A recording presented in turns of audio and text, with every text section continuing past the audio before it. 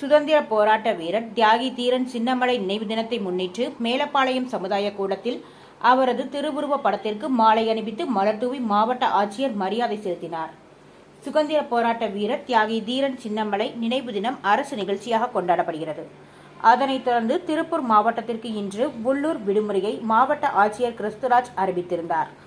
மேலும் இன்று தியாகி தீரன் சின்னமலை பிறந்த இடமான திருப்பூர் மாவட்டம் காங்கேயம் அடுத்த மேலப்பாளையம் பகுதியில் உள்ள சமுதாய கூடத்தில் அவரது திருவுருவ படத்திற்கு மாலை அணிவித்து மலர்தூவி மாவட்ட ஆட்சியர் கிறிஸ்துராஜ் மரியாதை செலுத்தினார்.